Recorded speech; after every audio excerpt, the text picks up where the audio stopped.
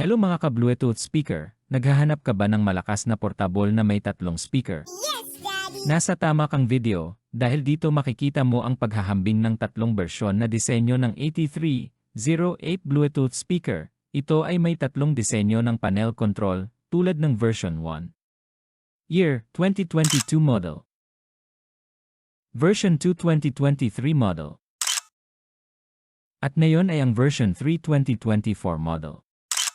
Ang Kingster Model Triple 8.5 inches Tower Portable Speaker ay na-upgrade ang panel control para sa mas magandang disenyo na mas profesional na hitsura. Kung gusto mo mapanood ang unang version ay makikita sa description o dito sa aking channel. This is Low Inside Gadget Review, Demo, Sound Check and Physical Checking. Mag-subscribe kung hindi pa.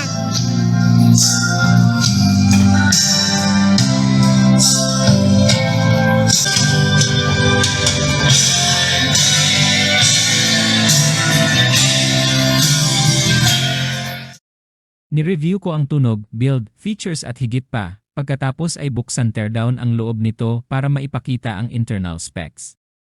Sulit ba ang presyo? Ikaw ang magdesisyon. Panoorin ang video na ito. Ano ang pangunahing pagkakaiba ng tatlong bersyon ng Key ST8308? Ito ay ang upgrade ng panel control, walang masyadong pinagkaiba sa version 2 itong version 3. Nadagdag dito ay pwede na itong gamitin sa electric guitar. Mapapansin na naiba ang power na switch ng pwesto. Ang mga switch na ito ay mas matibay kumpara sa version 1. Hindi na pahahabain pa ang video. Malamang na pinanood mo ang mga unang version para mas maliwanagan ka ng pagkakaiba. Kung ang design, sukat, at soundcheck ang pag-uusapan ay walang pinagkaiba ang tatlong version ng speaker na ito.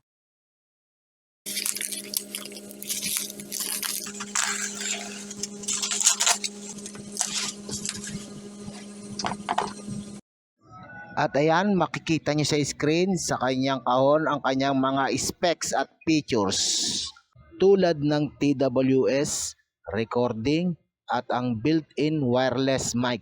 Mayroon itong mga input tulad ng guitar, wired microphone, at iba pa. At mga equalizer na setting, control ng tunog tulad ng bass at treble, ganon din sa echo control. Ito at unboxing tayo. Makikita dito ang mic. Ang free wireless microphone ay hindi dynamic at hindi rin ito rechargeable. Kailangan nito ang dalawang AA battery. Manual. Remote. Ang remote control ay powered by CMOS battery. Kailangan tanggalin ang seal bago gamitin. At mga cable. Auxiliary cable. Ito ay para sa TV na walang Bluetooth upang doon mo connect. Charging cable Type-C, mas magandang gamitin kung 25 watts na charger, lalo na kung pinadagdagan mo ng baterya ang portable speaker. At ang pinakang unit. Mag-subscribe kung hindi pa. Pagdating sa body, specs, sukat ay pareha sila ng version. Kung pagmamasdan mabuti, ang pinagkaiba lamang nila ay ang kanilang panel control.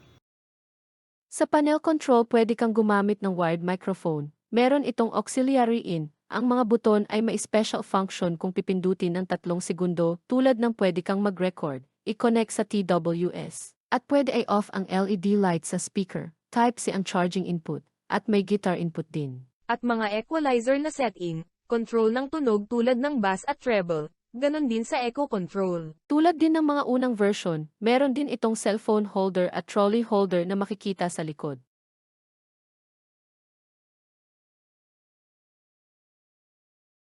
Actual na hitsura at design ng body. Ang speaker frame nito ay gawa sa plastic material.